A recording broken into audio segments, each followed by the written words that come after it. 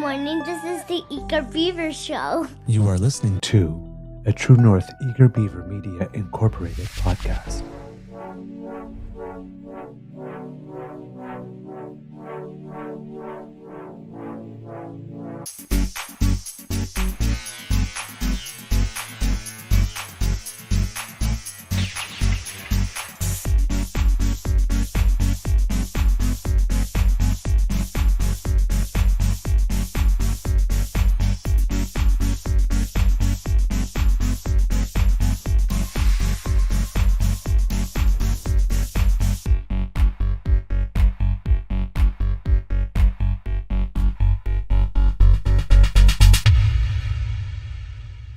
The True North Eager Beaver podcasts are proudly brought to you by our founding sponsors, the Misfit Mysteries from Corvid Moon Publishing, your source for science fiction, fantasy, and cozy mysteries featuring a broad diversity of characters, CanadianTarot.com, your uniquely Canadian online eclectic tarot community, and the Peppermaster, hot pepper sauces made from farm-fresh ingredients to thrill your taste buds and expand your mind.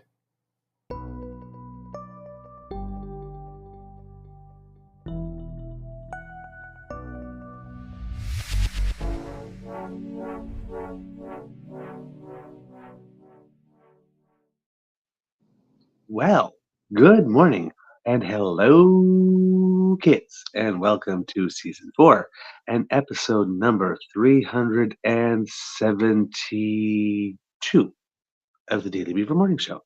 Here on 370. No, not 372. 6. I'm 1 week behind. Of the Daily Beaver Morning Show here on the Crier Media Network. Yeah. Today, recording day is, I don't even know what day of the week it is. It's Tuesday. Yes, May 7th, 2024. And it looks like it's going to be a gorgeous day here at the Beaver Lodge. The sky, just like yesterday, is fully blue without a cloud in it where I'm sitting right now. I'm your host, the Eager Beaver, pronouns he, him, hey, Mr. Beaver A. And with me, as always, is my good friend, Mr. Grizzly. Of course, a big thank you goes to our podcast founding sponsors, the Peppermaster, the Misfit Mysteries from Corvid Moon Publishing, and CanadianTarot.com. We have a little nibble for you today, but before we go any further, let's ask Mr. Grizzly, how's your mental health doing today, sir? I think it's pretty good, actually. I had a pretty confessional ASMR last night, for those of you who were able to tune in. And I'm feeling better about it. I needed to, get some stuff off my mind, and had a very frank and revealing discussion. But that's okay, because that's the point of it, right? It's to try and create an atmosphere where other people can feel comfortable enough to express how they're feeling, either in chat or via email or via DM to me, or, want to come on and talk about it. But it was, it was just very refreshing to be able to have that discussion, I thought, anyway. Okay. So I'm good this morning. Yeah, I'm good. Oh, good. I'm glad to hear it. I'm sorry I missed it yesterday. Yeah, it's available for your viewing pleasure. Oh, yeah, absolutely. I went to bed early. Oh, okay. Went to bed very, very, very early. It's in the chat if anybody wants to have a look. Actually, oddly enough, normally it's the sofa that's this particular sofa that I'm sitting on right now happens to be blessed/cursed with being the most comfortable sofa in the history of the world.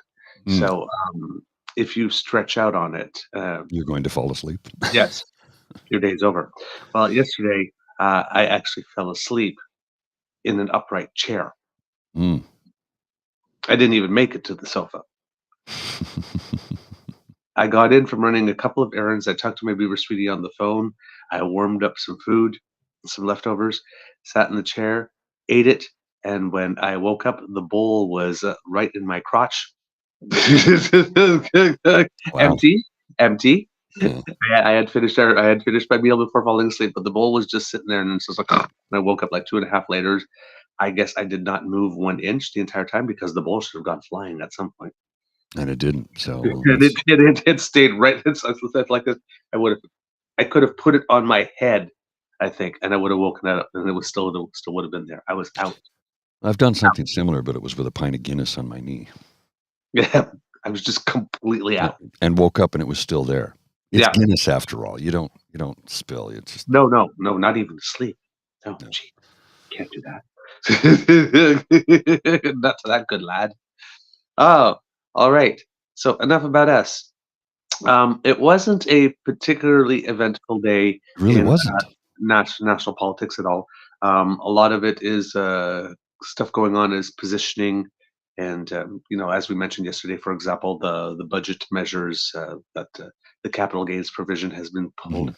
and that will be its separate standalone bill to try to get PP to make a statement on that, given that he's been working very hard to not make a statement specifically on the tax policy. Another move that came yesterday was uh, some procedural motions with regard to the passage of the Pharmacare legislation. As we mentioned yesterday, Jagmeet Singh uh, went all over social media and on the press and said, Pierre Poilievre, I give you 48 hours to like stop blocking Yeah. women's health or I will force this.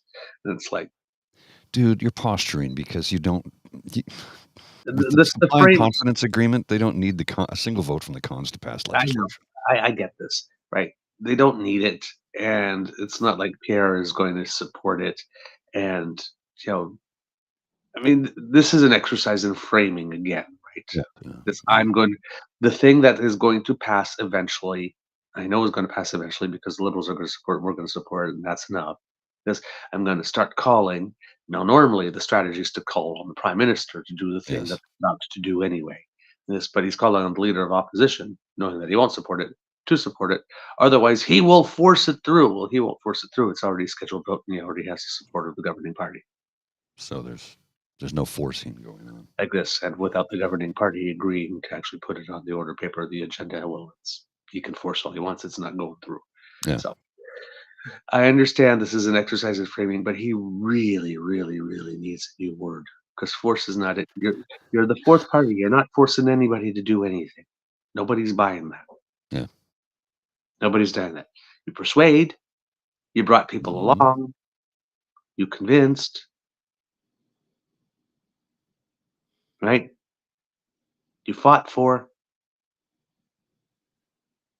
You made an irrefutable case for, but forced. Forced. You Yeah. have no leverage. You have no leverage, and the leverage of going into an election is not even there because if you're the NDP, if the first digit in your polling is not at least a 2, what's the point? Hmm. Oh yeah. So, um, yeah, but hey, that's okay because there's a government motion to speed up the passage of the Pharmacare legislation. That's the other thing. Is that the motion to speed up the legislation is a government motion. It's not even an NDP motion. So if anybody say that they were forcing at this point, it would be the government. The same government that Jagmeet Singh tried to convince us months ago when when they announced that the legislation was coming. They said that he had to force them to do that too. Well, they seem to be pretty freaking much all on board now, right? Oh yeah. Because they're the ones that are the liberals are the ones that put into place the procedural motion to speed up. So hey, Jagmeet Singh, good job. You really, really convinced them because now they've got the ball and they're running with it.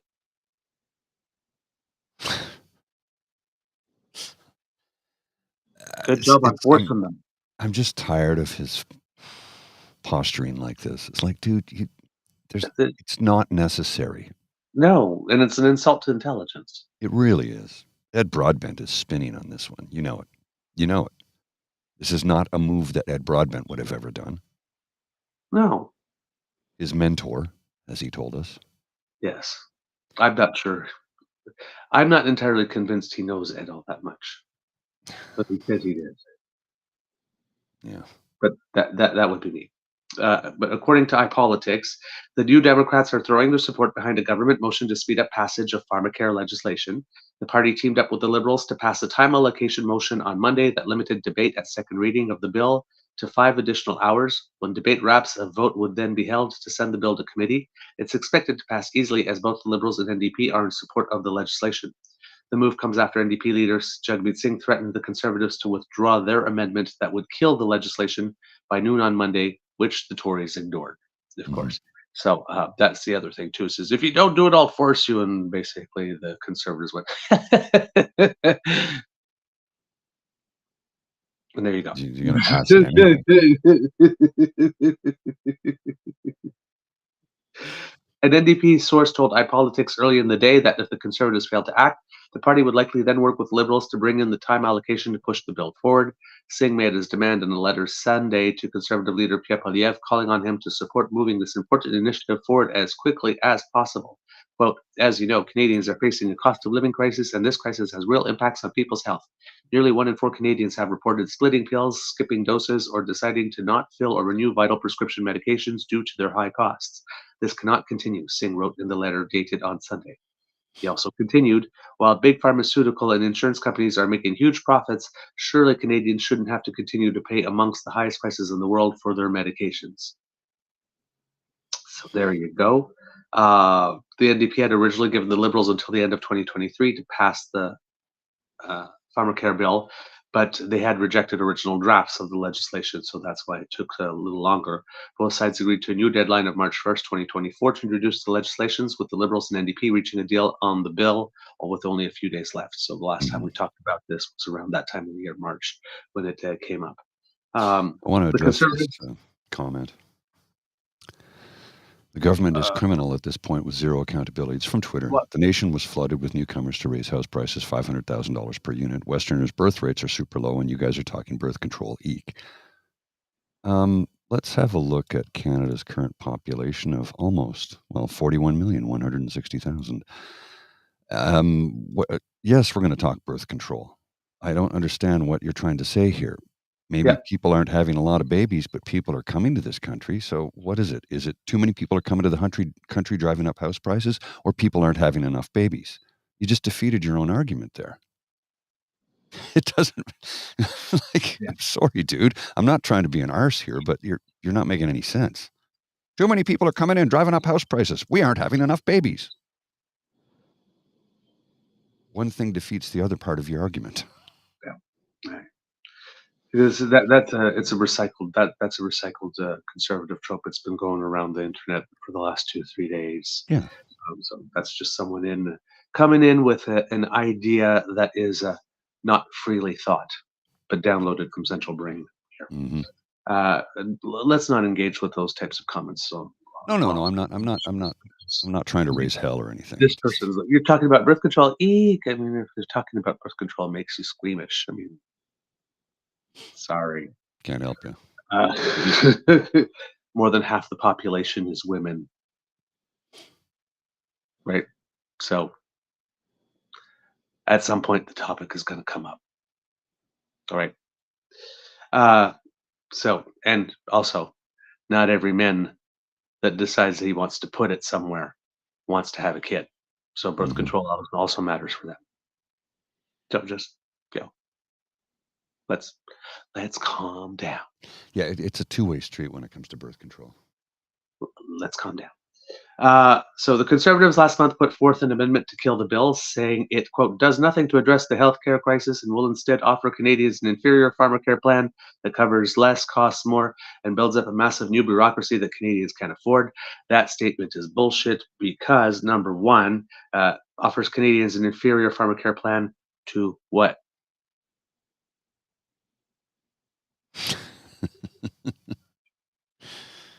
Exactly. Inferior to what? Okay, so number one, there isn't another national Pharmacare plan to which this could be inferior to. So that doesn't make sense. The plan covers less, costs more. Again, than what? And for whom? It builds up a massive new bureaucracy that Canadians can't afford. Well, again, I mean, the Conservatives are not concerned with bureaucracy. I mean, let's not believe that. I mean, they want to institute a whole bureaucracy to make sure that transgender children don't get health care. They want to establish a whole new bureaucracy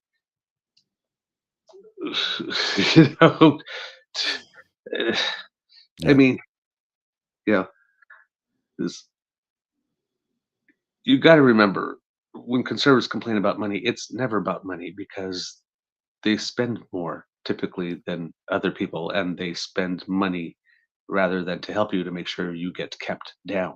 So it's not about money. It's not about bureaucracy. If the money in the bureaucracy is being built and the money is being spent to keep you down, then they're all for it. Oh, yeah. Yeah, It's never exactly. it's never about the money with conservatives. That's just an emotional heartstring. Oh my God, what are you doing for the previous generations? Or they're robbing you blind. Or third one, look, they're making you pay for someone else. Because in a democratic country, we don't all pay for somebody else at some point. Actually, we all pay for pretty much everybody else on every single given day. Yeah. So, like, come on, man. Um, so yeah, this is gone through. Um, Oh, well, yeah, since we're talking about money here, the PBO has pegged the overall cost of the single-payer system at $33.2 billion dollars in 2024-2025 before rising to $38.9 billion dollars in 2027-2028. It's also estimated that a national Pharmacare program would result in cost savings for drug expenditures thanks to better price negotiations with $1.4 billion dollars in 2024-25 that would increase to $2.2 billion in 2027-2028. So there you go. Now, I'm not sure. Uh, Now, these are numbers, of course, for a universal single payer system. Right. Like it's not just these two here, but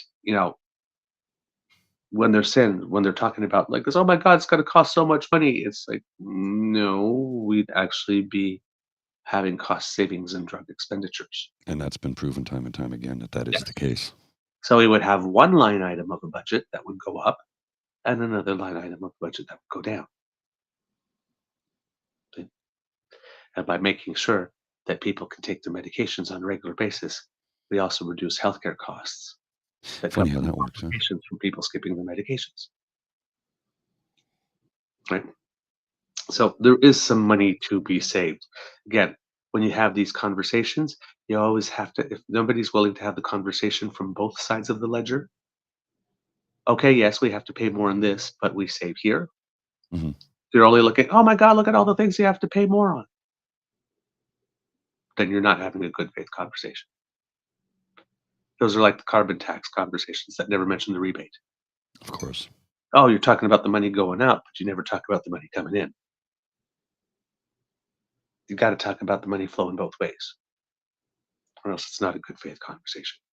So yeah, so we have that procedural move that happened, and it looks like that legislation, at least to get to those two things, uh, diabetes, insulin, and testing or managing equipment and paraphernalia, as well as birth control of various forms.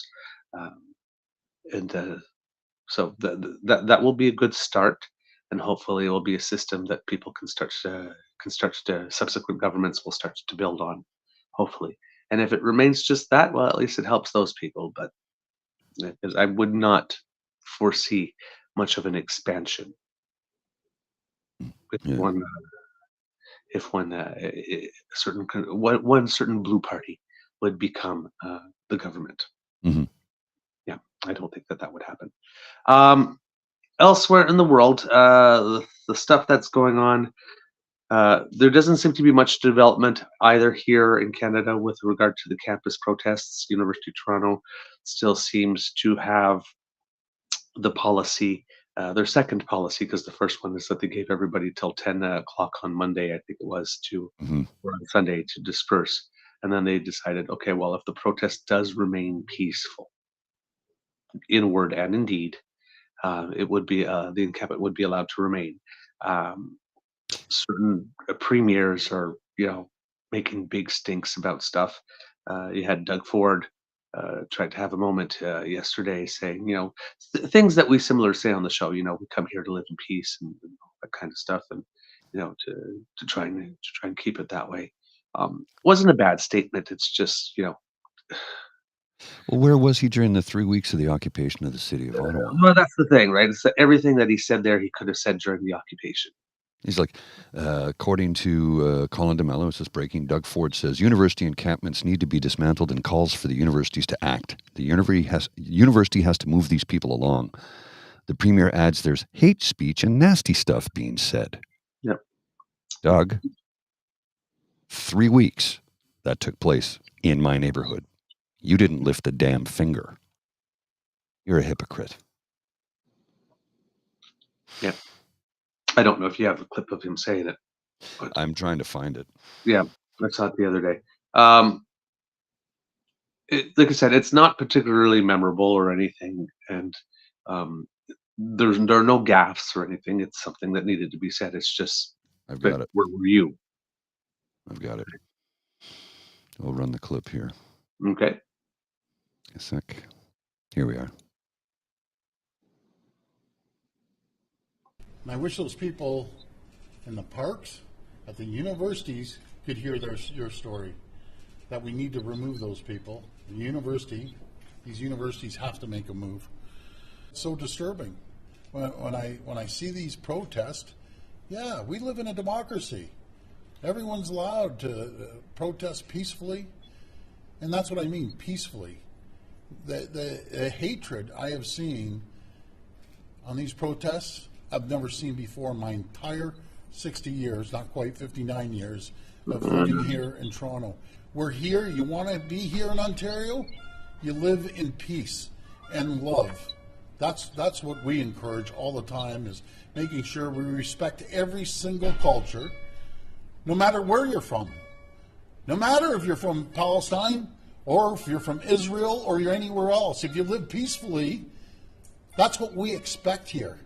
You don't come to Ontario, no matter what culture you are, and stir things up. As simple as that. So, like I said, there's nothing wrong with the statement. no, there's nothing The wrong problem with is that it doesn't seem to apply universally. No, it's just certain groups, right? Again, nothing wrong with the statement. It's an accurate, apt, appropriate statement. But you're just sitting there, you go, oh, so you do know how to say these things. Yeah. It's when it doesn't fall into his narrative, if it doesn't support his narrative. This is a concept with which you are familiar. Oh, that would have been nice to know a couple of years ago. Yeah. Yeah. Or did you just discover this, Premier Ford? Well, is this a new learning for you? And when we say we respect all cultures, do we mean just ethnic cultures, or do we respect other cultures, Mr. Ford? Because I think some autistic children, their parents would like to have a word or two. And I'm not sure when the last time it was you went to a pride parade of some kind. I think you might have gone once in your current mandate at some point. Know. Has he? I'm not saying he hasn't. I don't know. Not sure, but you didn't make a big deal of it. But I think you might have, because normally the response is, "Oh, I'm sorry, I'm at the cottage," during that time. I was on the phone 24/7. In the summer, that's the name of his sea-doo. In the winter, that's the name of his ski-doo. Yes. So, not all cultures, though, right, Doug? Indigenous culture, maybe. Why is stock market crash trending? Is there something we don't know about? Not that I know of at the moment. I'm just posing the question because you know what though? This looks like it's the stock market in Delhi. So maybe there's something going on there we don't know about. Okay. Sorry, I'm not trying to panic anybody. It's just when I see that, it makes me hold my breath for a few seconds because it's like, uh-oh. That's never a good sign, right? When I read about a stock market crash, it's like, that can't be good.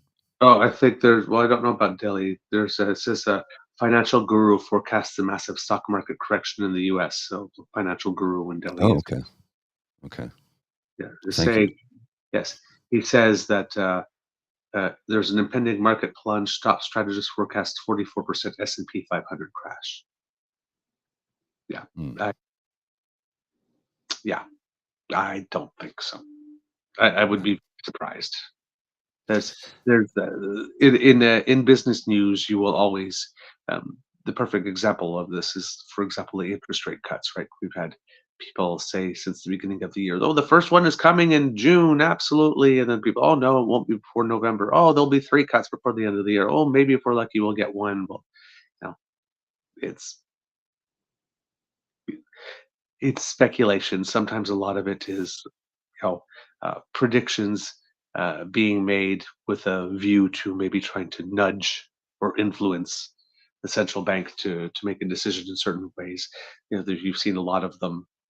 After the latest numbers come out or something like this. Oh, yeah. This means that this means that the Bank of Canada or the central bank in the United States, they must cut rates now. Hmm. It's like, okay, that's your opinion, but it doesn't, and that will get you, a 5-minute spot on Bloomberg News, but it's it's speculation, right? The Yes. market, until it happens, it hasn't happened. Well, and this is the thing. This is the thing, because I thought there was a crash. That's why I was like, "What? What's going on here?" But if it's Yeah, just speculation, I'm not sweating a damn thing. yeah, I think Not it's just, worried about it. yeah, this guy must be, a really recognized, well-known guru, maybe a Kevin O'Leary type or something like that. That says, okay, what's the thing that I can say? Yeah, the S&P is going to crash 44% this year. Oh, well, let's talk to this guy. Hmm. So and so from so and so investment and management, and there you get the plug, and there you go. You're off to the races. So this one might be a little more earned media than sound prediction, because if we were really on the verge of that collapse, there'd probably be more than one guru saying it. Maybe. So, but hey, he, he might be right too. You, that's the thing with the market. You don't know until it happens. So just, you know, don't use this. Just like, the federal government instituted a capital gains inclusion increase. Sell everything that you own by June 25th. Do that. A market guru said that the S&P is going to drop 44%. Sell everything. Don't do that. Talk to someone first. Hmm. Talk to your financial advisor, please. All right. Don't go freelancing on these types of decisions just based on the latest emotional you see, yeah, popping through the web. Yeah. All right. What else do we have for you? We mentioned yesterday that the Liberals were considering introducing legislation for a foreign agents registry. This is something that a lot of people have been saying has been missing with regards to election interference. The Conservatives have been making calls for this for a long time as well. Uh, this is one issue where the Conservatives could legitimately say they applied pressure, even though it seems that the Liberals had pretty much agreed that they would do this some time ago. Maybe it just took a little time to come along. But it's called Bill C-70, if you hear that. That's what they're talking about here. It's the Foreign Agents Registry. Um, the bill to update that. So, according to iPolitics, again, says the Liberal government is introducing a bill that would establish a foreign agents registry, requiring individuals attempting to influence Canadian democracy to disclose their ties with other countries. Bill C-70, tabled by Public Safety Minister Dominic Leblanc on Monday, would also equip the Canadian Security Intelligence Services, or CSIS, with an increased ability to communicate potential threats to non-governmental stakeholders, and proposes 3 new criminal offenses related to committing acts associated with attempted foreign interference. Quote, Canada is a strong, open, and free democracy, said Leblanc. These strengths, however, can make Canada a target for those wanting to advance their interests to the detriment of our own. Should the bill pass, anyone with a relationship with a foreign entity and that is attempting to influence the Canadian government on behalf of that entity will be required to publicly register all relevant activities. In a briefing for reporters, senior government officials said inspiration for the registry came from allies like Australia and the UK, both of which have already implemented such a disclosure mechanism. They're also some of our Five Eyes allies. So, sort of like maybe a little more internationally integrated system is coming along here between the five partners. It should be noted certain individuals like diplomats or government officials traveling to Canada on official business will not be required to register their activities. Government officials gave the example of an individual in Canada who enters into a contract with a foreign state to persuade the federal government to introduce a new policy. If this individual, under their contract, began writing and publishing articles advocating for the policy without disclosing their international ties, they would be required to register their activities. Individuals who knowingly fail to register or commit any other offense under the Act could be hit with a $5 million fine or face up to 5 years in jail. The registry will be administered by a new Foreign Influence Transparency Commissioner, who, like the Competition Commissioner, will be an agent of Parliament appointed for a term of up to 7 years. And there is no conservative howling about a new bureaucracy when it comes to this. Funny that, eh? Just point that out. Yes. As it is currently written, the bill will come into effect 1 year after receiving royal assent, as to allow time for the new commissioner's office to be set up. When asked whether the bill would pass in time for these new provisions countering foreign interference to be placed ahead of the next federal election, LeBlanc said that would be, quote, ideal, but acknowledged there can be unexpected delays when working in a minority parliament. So basically saying it could be in place for the next election so long as the Conservatives cooperate. Funny how that works. That's the between lines text there. With less than 6 sitting weeks left in the spring parliamentary session, the bill may not pass through the House and Senate until the fall. The fact that we've got 6 weeks left in the session before summer break also explains a lot of these parliamentary procedural moves in terms to invoking time allocation to make sure that the bills get discussed and passed before we leave for the break.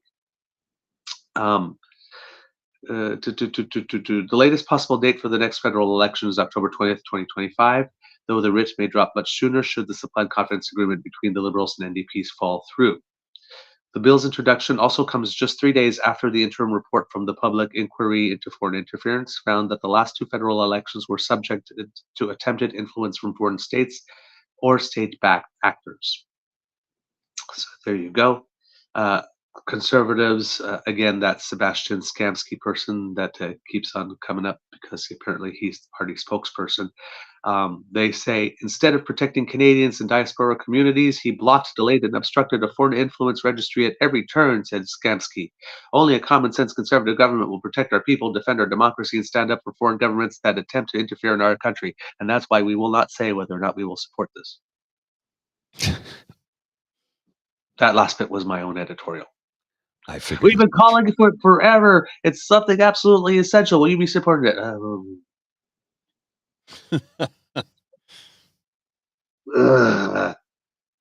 Skamsky did not specify whether the Tories supported the bill, though he said the party would, quote, closely examine the legislation in the coming days. Meanwhile, NDP House Leader Peter Julian called the announcement long overdue, but a welcome first step, which is the appropriate response. Not the one that the Conservatives did. The one that's tethered and based in reality is this one. We're in this position because successive Conservative and Liberal governments have failed to treat these threats with the urgency required to protect Canadians and our electoral system from foreign interference. So a little bit of Liberal Tory same old story going on in that response. You Democrats have been urging them to take this step since it will help ensure accountability and transparency for Canadians and help deter foreign interference. So right now we have 2 parties, the NDP and the Conservatives, who are both saying we've been calling on the Liberals to do this forever, and the NDP saying, "Yahoo, let's fucking go," and the Conservatives go, which party really wants this to pass? Does it seem like it's the Conservatives? Just saying. Oh God, I just laughed like Krusty the Clown there. In addition to registered Bill C-70, would also update the governing legislation for CSIS, giving the intelligence agency the ability to share information with entities other than the federal government. Speaking to reporters, LeBlanc identified provinces and territories, universities, and private companies as entities that have been calling for the change. Government officials said the amendments will help improve Canada's resilience to foreign interference, but the changes will only apply on a case-by-case basis as to best balance privacy concerns with other requirements. In certain situations, said officials, it would be up to the Minister of Public Safety to determine whether if it's in the national interest to disclose the information. Quote, a resilient and informed population is our best defense against foreign interference, said LeBlanc. The bill would also give CSIS the authority to collect from within Canada intelligence that resides outside of Canada. Other notable changes include the introduction of 3 new offenses for committing an indictable offense at the direction of a foreign entity, engaging in the state. Sorry, let me try that again. Other notable changes include the introduction of 3 new offenses for committing an indictable offense at the direction of a foreign entity, engaging in a state-backed deceptiveness for the benefit of a foreign country, and engaging in state-backed deceptiveness to the detriment of Canadian democracy. Each of the new offenses will carry a maximum penalty of life imprisonment. So, not messing around. No. Not messing around. You know, up to $5 million fines, life imprisonment. Pretty serious stuff, if you ask me. Yeah. Yep. And sorry, life imprisonment for actually engaging in those 3 new offenses, $5 million fine, and up to 5 years in jail. Or up to 5 years in jail for not registering. So if you get caught with your pants around your ankles, you could be in trouble. $5 million fine or up to 5 years in jail is a pretty good incentive to register. I think so. I think so. So far, looks like a pretty solid bill. We'll be looking forward to hearing what people in the intelligence community seem to say about it, because right now we just pretty much have the NDP and the Conservative take. So it will be interesting to see what the Michelle, the Thomas Junot's and the Michelle Katsuyas will have to say about this type of stuff, the Reg Alcox and all of them. But on prima facie, on the surface, it looks like it's a pretty solid bill. And the lack of howling or complaining from the Conservatives so far would seem to indicate that. Corroborate, yeah. Yeah.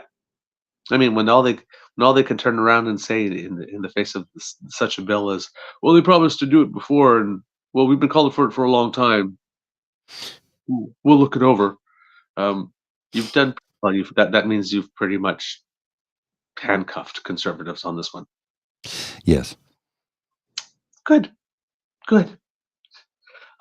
In other news, our favorite minister.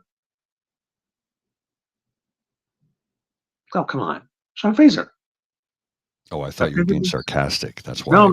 Oh, sorry. Yes. Our favorite minister sounded sarcastic to me. I could understand how my tone could have. Yes. Yes, construed that way. Yes. No. I mean it. Our favorite minister, because he's so tall and handsome, and dark. Well, that's not the only reason he's my favorite minister. He's actually kind of smart too in getting it done. But you know what? The federal government sometimes threatens the provincial government. You better do this or else, and nothing really happens.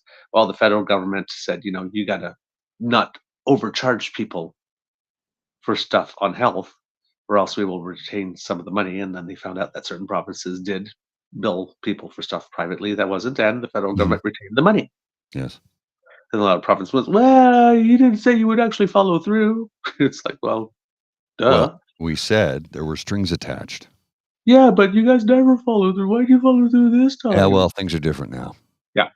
Well, again, according to Davis Legree, reporter, Fraser pulls $357 million in funding from Ontario over affordable housing dispute. Oops. It seems that Doug Ford's friendship with Chrystia Freeland doesn't only go so far. The federal government is making good on its threat to withhold $357 million in affordable housing funding from Ontario, saying the province is not living up to commitments it made in the bilateral agreement. Federal Housing Minister Sean Fraser had conditionally approved the funding in March, but sought specifics on how the province planned to reach its agreed-upon commitment of building 19,660 affordable units by 2028. In a letter written to Ontario Housing Minister Paul Calandra, Fraser said the province's draft action plan would only achieve 6% of the target by 2025, lagging far behind other provinces, some of which planned to meet 66% of their respective quotas over the same timeframe. Now, let me again put this in the context, because the whole Greenbelt thing The whole misappropriation of about $8 billion of provincial wealth and a transfer of all of it in one swoop to a certain number of specific buddies was justified by, we need to build houses. I need to build 150,000 houses. I need to build houses. We got to get these houses built. Well, here we have the federal government showing up with wheelbarrows full of cash. And you won't do a damn thing. And you present a plan that will achieve 6% of the target by 2025 when other provinces are submitting plans that will meet 66% of the quota. 6% versus 60 cents per 66. There's a big difference over there. 5 years. There's kind of a tremendous difference there. Sorry, not over 5 years. By 2025, by next year. Yes. So you're getting the money because, and you've been telling us for the last year and a half, we absolutely have to build these houses. And yet you can't get the money out to fund 66% of your quota like other provinces can. And you're the biggest province with the most means. Uh-huh. I'm getting the feeling you're not trying very hard. The report card back in kindergarten, A for imagination, D for effort.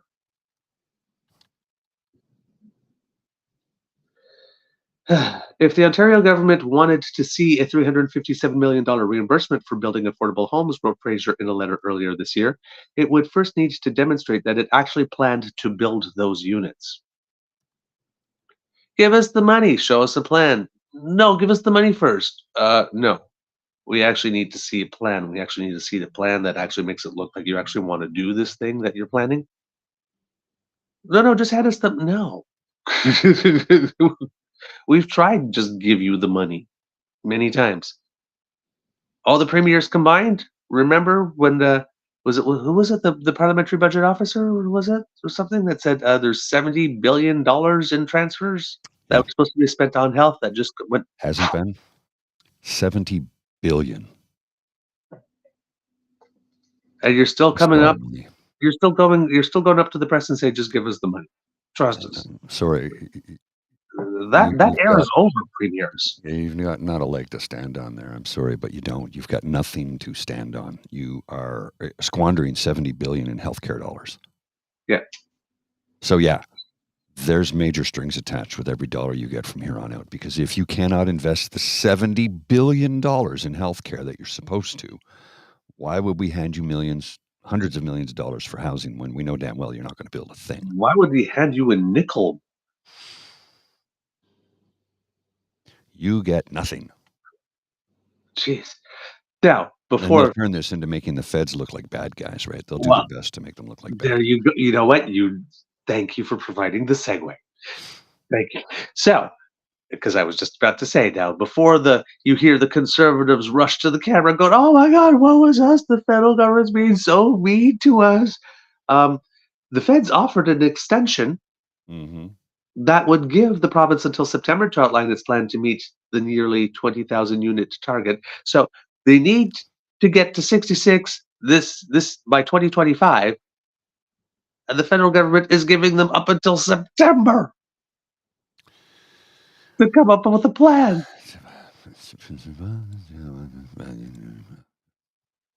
By 2025 is 3 months after September. So it's like, start building now, send in your plan late, and if it means we will still give you the money. That's a lot of chances. I mean, when I was in school, I never got an assignment that was due in May. And the teacher said, you know what? You didn't get it done. Hand it to me next September. At the beginning of the next school year. I'll grade it, and then we'll see if you graduate. Never happens. Just yeah.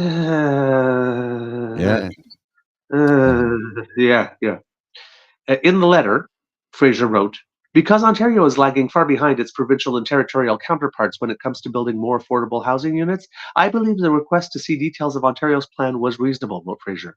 I owe it to Canadians to ensure that their money, which Parliament has authorized for investments in new affordable housing, is actually spent on building more affordable housing. Imagine that. Revolutionary.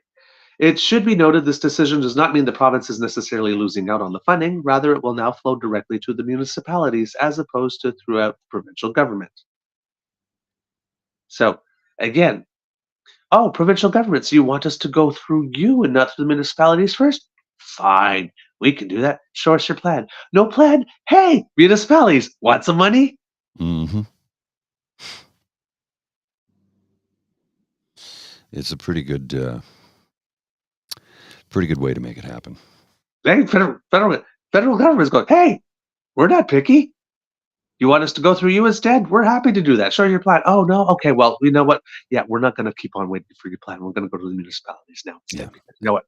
TikTok, we're on a timeline. So again, just as was the case with the carbon thing, the federal government needs to have a meeting with us and it needs to be televised. Okay, bring us your carbon plans. Well, we don't want to prepare one in advance. Well, then you're not getting the meeting. Why would I'm the Prime Minister of Canada.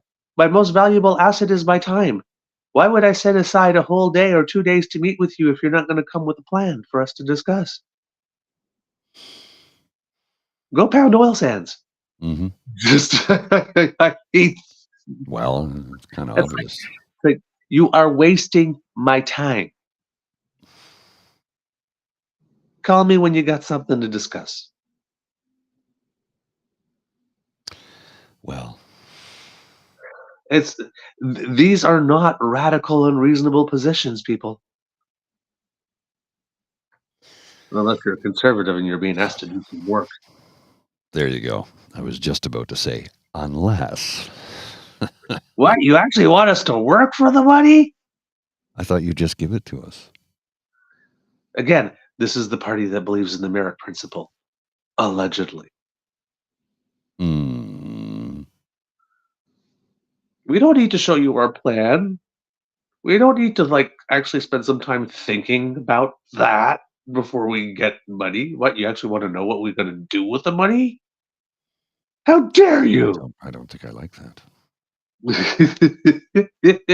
It's not the first time the government has chosen to work directly with municipalities. Fraser racked up thousands of air miles last year flying across the country to announce agreements with cities, and those announcements reached $4 billion in housing accelerator funds. Among those agreements were 25 deals with Ontario municipalities, including $471 million funding arrangement reached with the City of Toronto. While some provinces had taken issue with the feds going over their heads, Quebec has a law prohibiting federal-provincial agreements, and Alberta Premier Danielle Smith introduced similar legislation earlier this year. Although, as we mentioned before on the show, the difference between Quebec and Alberta is that Quebec was actually pounding the pavement and pounding the whole media circuit, demanding the federal government show up with its share of $900 million. $900 million. Quebec had its $900 million ready to go and wanted to make the announcement, make sure that they had the money secured in time to announce it in the budget. And Danielle Smith is, still somewhere trying to find the line item related somewhere to it. She might get back to us eventually on that sometime, maybe after she's finished co-opting, taking over Edmonton and Calgary and all her other priorities. But yeah, eventually she might get around to housing or health somehow in a manner that's helpful. Or climate, maybe something. Yeah. Someday. Ford, who has repeatedly opposed, in the Liberals' pre-budget publicity tour, Prime Minister Justin Trudeau announced a new housing infrastructure fund that would give millions to provinces for water and wastewater infrastructure, so long as they endorsed pro-density policies. That's the other one. That's the $6 billion fund. Right. And saying, you know what, like this, we can't build here because it's not ready. It doesn't have the water and the electricity and the infrastructure. Fine, we've got $6 billion for that. Build the infrastructure and then build the houses. Oh, well, I don't know. You're meddling in our provincial affairs yet. It's like, did you build the sewer system to the new neighborhood? No. Did you make sure that electricity could get to the new No. Well, Do you have I public was transit to the new neighborhood plans? No. I was And you busy, really don't want the money for that. Dangling it right here. but I was busy. I had things to do and stuff. I was busy. I was busy. I believe I had a lot of media opportunities trashing you for not doing. I was busy trashing you for not doing what it is you are doing, but we're not responding to.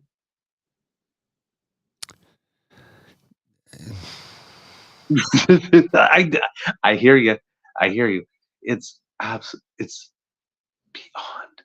parody. It's stupid. Quote, we have been for weeks telling the federal government that we fund housing through service managers, that the province directs its funds through service managers in cooperation with municipalities, says Calandra. Well, some of the municipalities, Guelph in particular, says that you're not particularly cooperative. Just saying. The mayor of Guelph has been raking you over the coals on, on Twitter for months on housing. Oh, yes. They have, for weeks, been telling us that they did not want to do it that way, and finally last week they agreed with us that funding would happen through service managers. I fully expect the federal government, now having agreed with us that this is the best way of doing it, will provide Ontario with the $357 million that municipalities and our partners have fronted for them, and we can continue on doing what the really good work we've accomplished. Oh, so Calandra's saying now they've fronted the 357,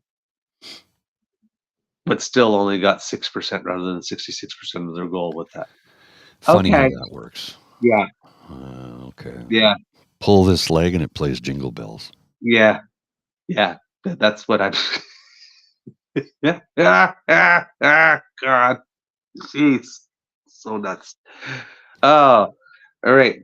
We gotta wrap. We gotta Yeah, wrap up. we gotta wrap. So just a little thing before we wrap. You're hearing a lot of talk again about the Israel and Gaza thing. Right now, the buzz is whether or not there is a ceasefire. It seems that It's been rejected.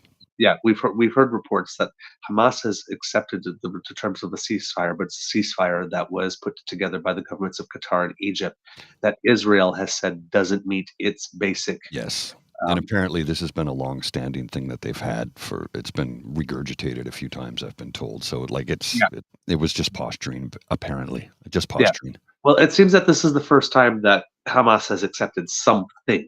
Yes, Like yes. we mentioned the other day, Hamas has said that it would be willing to lay down its arms in exchange for a certain number of conditions that Israel didn't find acceptable. So this is governments of other nations now that are trying to intervene in the process. They've come up with something that Hamas could agree to, that Israel pretty much summarily rejected, even though it says it is still looking it over. And while it says it is still doing that, it has launched a couple of strikes into Rafah, not a ground invasion. That Netanyahu did go into front of the media over the last 2 days, and once again said was imminent, because before he said a date had been planned, and then his defense minister said no, that wasn't really the case, and then we didn't hear anything about it, but the ground invasion didn't start, and then again he tried to ratchet up the pressure by saying it's imminent. But again, it seems that the defense minister is saying, no, okay, they've done a couple of surgical strikes, but haven't done anything in. Yesterday, or the day before, they had distributed tons of pamphlets in terms of one section of Rafah telling people to leave it to go to somewhere else.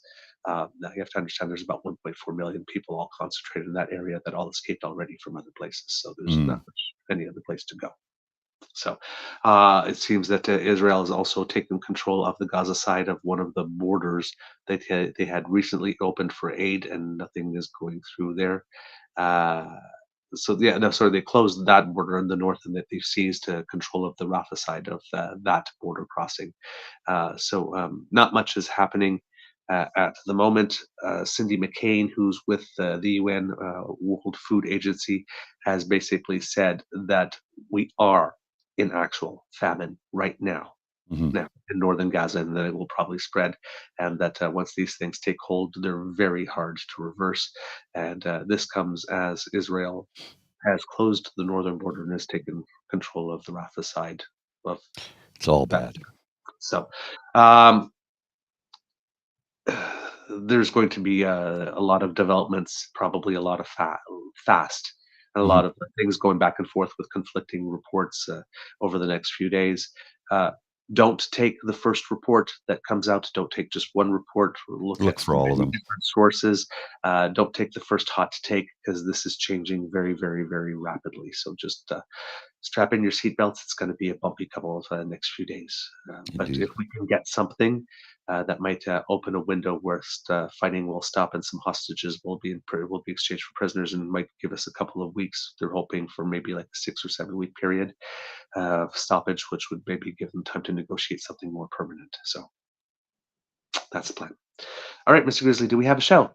We do indeed. Okay, kids and cubs, that's the end of this episode of the Daily Beaver Morning Show. We hope that you love listening to us because we love making this for you. Remember that sharing is caring and word of mouth is priceless, so please tell your peeps and poops all about us. It's very important. And if you would like to not miss an episode, you don't have to, thanks to the Ray Girl. The Ray Girl sponsors our pod page. That's podpage.com/the True North Eager Beaver, lowercase letters with a hyphen between each one of those words. Or or if you scan the QR code that Mr. Grizzly will be putting on the screen right there, right on cue. Thank you very much, sir. And if you click subscribe there, when we have something fresh off the bandwidth, it will come directly to you, and that way you do not have to miss a single episode of the Daily Beaver Morning Show.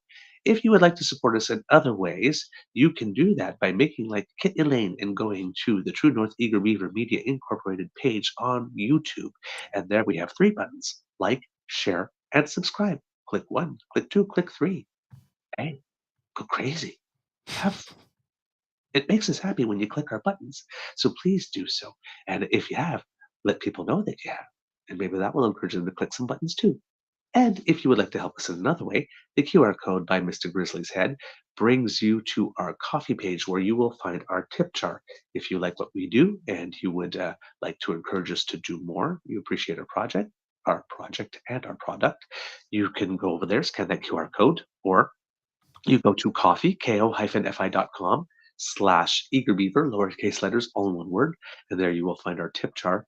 If you have a couple of loonies and toonies that are jingling in your pocket and you think it could be put to good use to make sure that we bring this to you, we would be most grateful. So thank you very much for your contribution.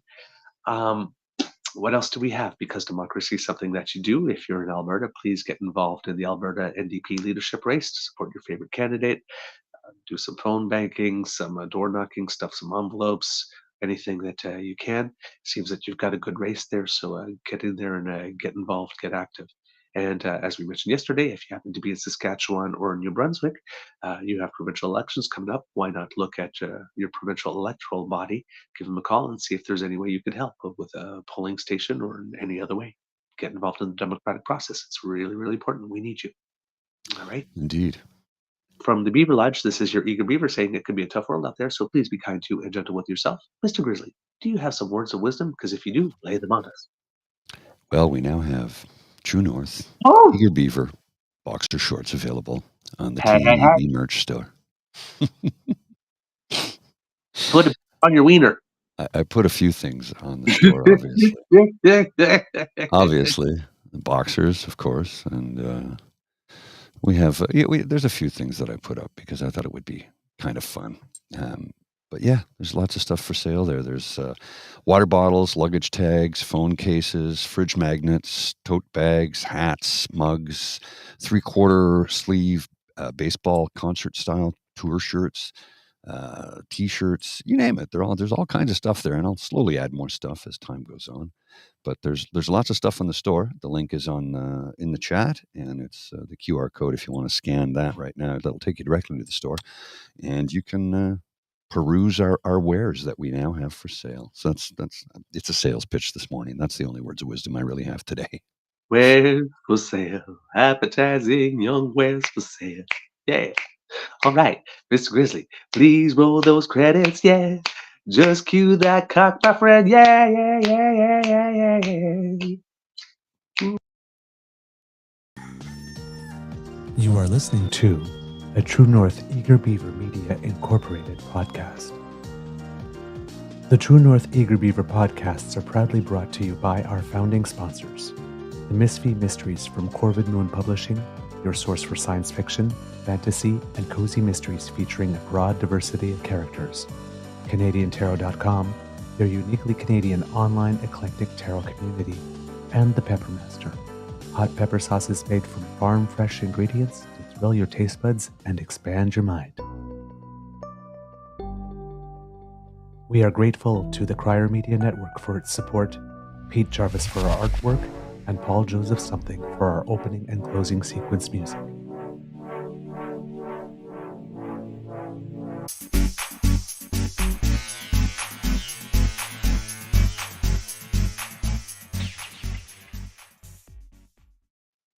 I have something All right. very quick. All right. Words of Go ahead. positive words from Satan. This is from Satan. It just came across. Oh, Twitter. Satan. Satan, yes. Life is too short. See that play. Eat that dessert. Take that road trip. Sell your soul. Serve me for eternity. Adopt that puppy. Oh, that's Satan, not Satan. Satan. Sorry about that.